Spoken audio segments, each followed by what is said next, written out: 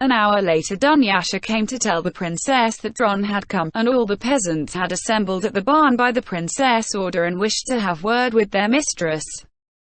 "But I never told him to come," said Princess Mary. "I only told Dron to let them have the grain. Only, for God's sake, princess dear, have them sent away and don't go out to them." "It's all a trick," said Dunyasha, "and when Yakov Alpatych returns let us get away, and please don't." "What is a trick?" asked Princess Mary in surprise.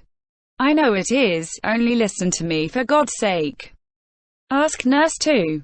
They say they don't agree to leave Bogucharovo as you ordered. You're making some mistake." "I never ordered him to go away," said Princess Mary. "Call Dronushka." Dron came and confirmed Dunyasha's words.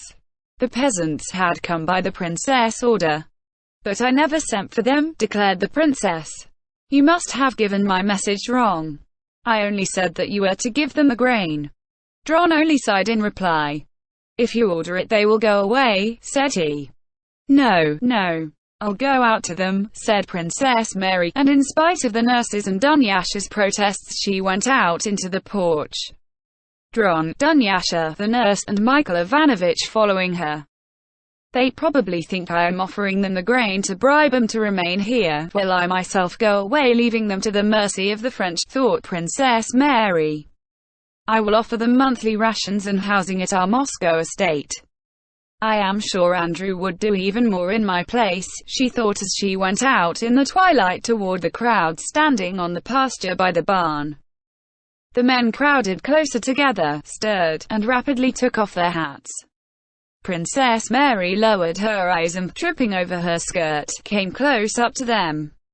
So many different eyes, old and young, were fixed on her, and there were so many different faces that she could not distinguish any of them, and, feeling that she must speak to them all at once, did not know how to do it. But again the sense that she represented her father and her brother gave her courage, and she boldly began her speech. "I am very glad you have come," she said without raising her eyes, and feeling her heart beating quickly and violently. "Dronushka tells me that the war has ruined you. That is our common misfortune, and I shall grudge nothing to help you. I am myself going away because it is dangerous here. The enemy is near, because I am giving you everything, my friends, and I beg you to take everything, all our grain, so that you may not suffer want. And if you have been told that I am giving you the grain to keep you here, that is not true.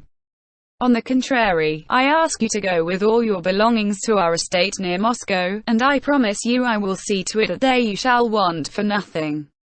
You shall be given food and lodging." The princess stopped. Sighs were the only sound heard in the crowd. "I am not doing this on my own account," she continued. "I do it in the name of my dead father, who was a good master to you, and of my brother and his son." Again she paused. No one broke the silence. "Ours is a common misfortune and we will share it together. All that is mine is yours," she concluded, scanning the faces before her. All eyes were gazing at her with one and the same expression. She could not fathom whether it was curiosity, devotion, gratitude, or apprehension and distrust, but the expression on all the faces was identical. "We are all very thankful for your bounty, but it won't do for us to take the landlord's grain," said a voice at the back of the crowd. "But why not?" asked the princess.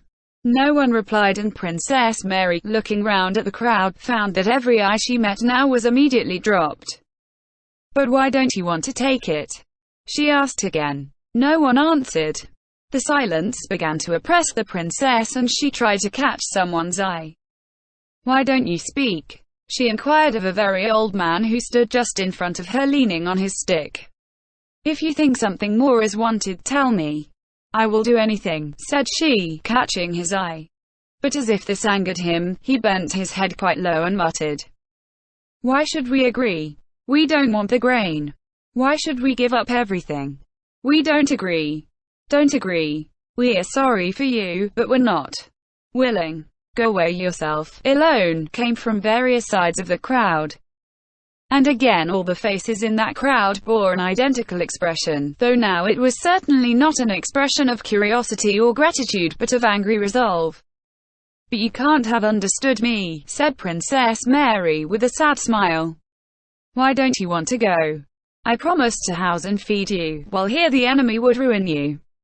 But her voice was drowned by the voices of the crowd.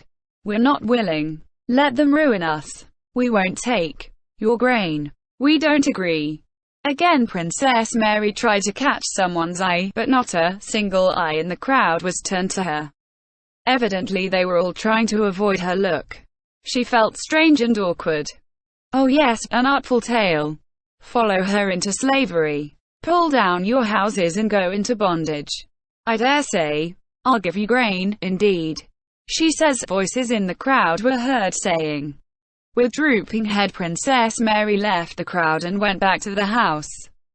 Having repeated her order to Dron to have horses ready for her departure next morning, she went to her room and remained alone with her own thoughts.